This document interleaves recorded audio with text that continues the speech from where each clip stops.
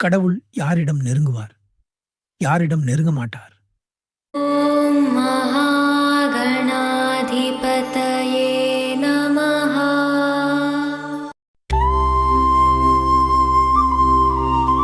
ஆயிரம் ஆண்டுகளுக்கு முன்பே தமிழகத்தின் மலைகளிலும் குகைகளிலும் ஆன்மீக பயணிகளை வழிநடத்தி கொண்டிருந்தவர்கள் சித்தர்கள்.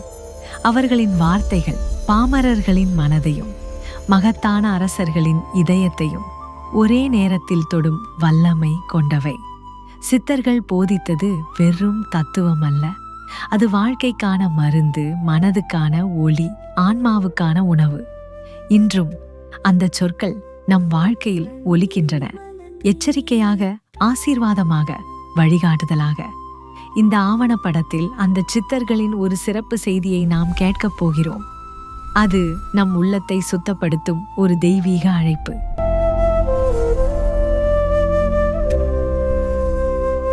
வணக்கம் பிள்ளைகளே.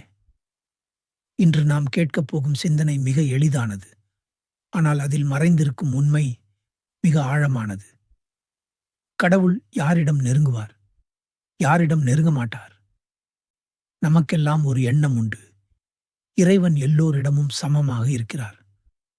அப்படி இருக்க நம்மிடம் மட்டும் ஏன் கருணை வரவில்லை? இதற்கு சித்தர்கள் கூறும் பதில் என்னவென்றால், இறைவன் ஒரே தூரத்தில் நிற்பவர். ஆனால் நம்முடைய உள்ளத்தின் கதவுகள் திறந்திருப்பதா, மூடப்பட்டிருக்கிறதா என்பதில்தான் வேறுபாடு. தூய்மையான மனம் திறந்த வாசல் போல் இருக்கும். அன்பு நிறைந்த உள்ளம் ஒளி வரவேற்கும் விளக்கேற் போல் இருக்கும். அங்கே இறைவன் எளிதாக நுழைகிறார்.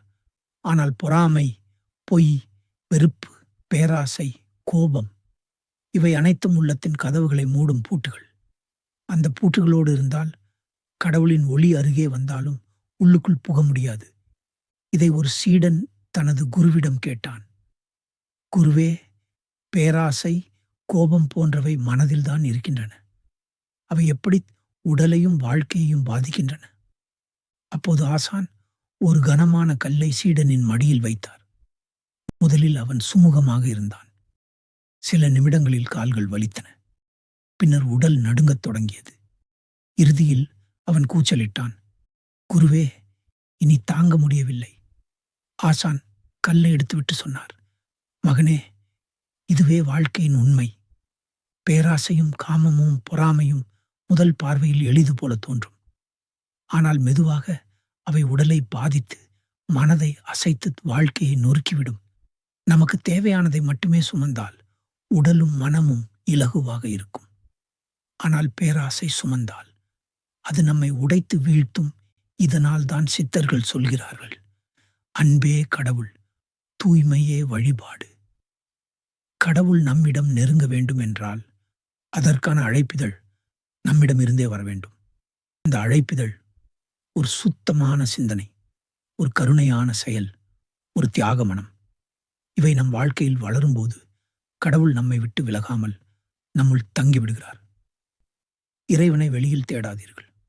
உள்ளத்தின் கதவை சுத்தப்படுத்துங்கள். அங்கேயே இறைவன் நெருங்கி வந்து தங்கிவிடுவார். வாழ்க வளமுடன்.